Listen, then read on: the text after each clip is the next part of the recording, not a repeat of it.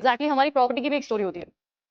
How the property was acquired, how it was developed, और कैसे किन किन लोगों के चैनल के थ्रू कहाँ कहाँ ट्रांसफर हुई।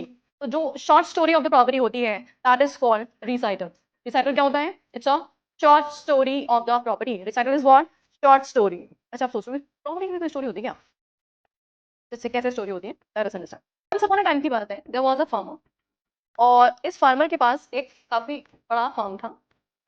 अच्छा, फार्म बहुत बड़ा था, लेकिन आपको पता है इंडिया में मानसून कितना कितना अनप्रिडिक्टेबल है। कभी कुछ कभी कुछ, कभी बारिश बहुत ज्यादा, जैसे इस बार इतनी बारिश आ गई, इतनी बारिश आ गई कि बहुत सारे खेतों में खेती नहीं हुई इस बार, है ना। तो मतलब आने वाले टाइम में हमें रेडी होना चाहिए कि जितनी भी क्रॉप है बहुत महंगी मिलेगी हमें, है ना। वीट बहुत महंगा मिलेगा, सब चीज़ें बहुत महंगी मिलेंगी, तो फसलें नहीं हो रही। और कभी कभी उन्होंने फसल लगा दी है, अचानक से बाद में बारिश आ गई तो पूरी फसल खराब, या बारिश ही नहीं आई है, जल गई धूप में, तो ऐसे प्रॉब्लम, तो बहुत सारे प्रॉब्लम्स होते हैं। तो इस फार्मर ने सोचा कि यार एक काम करता हूँ, इन सब से काम नहीं चल रहा है, मेरे लिवलीहुड भी नहीं चल पा रही है। तो इसीलिए उसने अपनी लैंड बेचने का प्लान किया। अभी प्रैक्टिकली आप देखोगे प्रेजेंट डेज में ये बहुत एक जनरल इशू है कि फार्मर्स अपने एग्रीकल्चरल लैंड को बेच बेच करके जा रहे हैं, और वहाँ पे कमर्शलाइजेशन हो रहा है, वहाँ पे रेजिडेंशियल या फिर कमर्शियल एक्टिविटीज स्टार्ट हो रही है।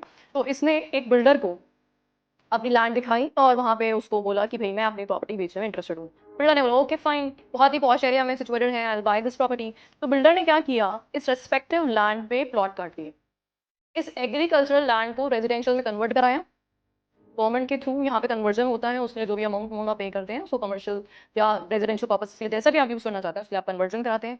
तो प्रॉपर्टी को उसने क्या किया, कन्वर्जन करा के जो भी वहाँ पे नगर निगम या जो भी एप्लीकेबल होता है उसके थ्रू वहाँ पे मैप अप्रूव करवाए, और मैप अप्रूव करवा करके प्लॉट्स काट दिए। जैसे बड़ी बड़ी लैंड होती है, जैसे 50 बीघा 100 बीघा लैंड है, तो उस रेस्पेक्टिव लैंड पे 400 गज के, 500 गज के, 600 गज के, 300 गज के, 200 गज के प्लॉट्स काट दिए जाते हैं। पता है ये चीज़ आपको? सुना है ऐसे? अच्छा, अब यहाँ पे ये पर्टिकुलर जो प्लॉट्स हैं ये सेल के लिए अवेलेबल हैं। तो प्रॉपर्टी का डेवलपमेंट स्टार्ट हुआ फार्मर से। Farmer sold this property to the builder. Builder converted this agricultural land into the residential land. Residential land पे प्लॉट काटे गए और approval of the authorities being obtained. Now suppose करो इस respective land को किसी बायर ए ने परचेज किया, तो उसने क्या किया, इस रेस्पेक्टिव लैंड पे एक मकान बनाया, ये उसने डेवलप किया, उसने बाउंड्री वॉल लगाई, मकान बनाया, मतलब ये उसने कंस्ट्रक्शन किया, उसने डेवलप हो रही लाइन। अच्छा, उसके बाद उसकी डेथ के बाद उसका बेटा A1, उसने क्या किया, इस मकान को और बड़ा कर दिया, मतलब एक और स्टोरी चला दी इसमें, राइट है। तो लैंड कहाँ से कहाँ डेवलप हो गई, एग्रीकल्चरल लैंड थी कहाँ पे, वहाँ पे रेजिडेंशियल बन गई, रेजिडेंशियल से उसमें कंस्ट्रक्शन हो गया, कंस्ट्रक्शन के बाद A1 जो बेटा था उसने और बड़ा कंस्ट्रक्शन कर दिया।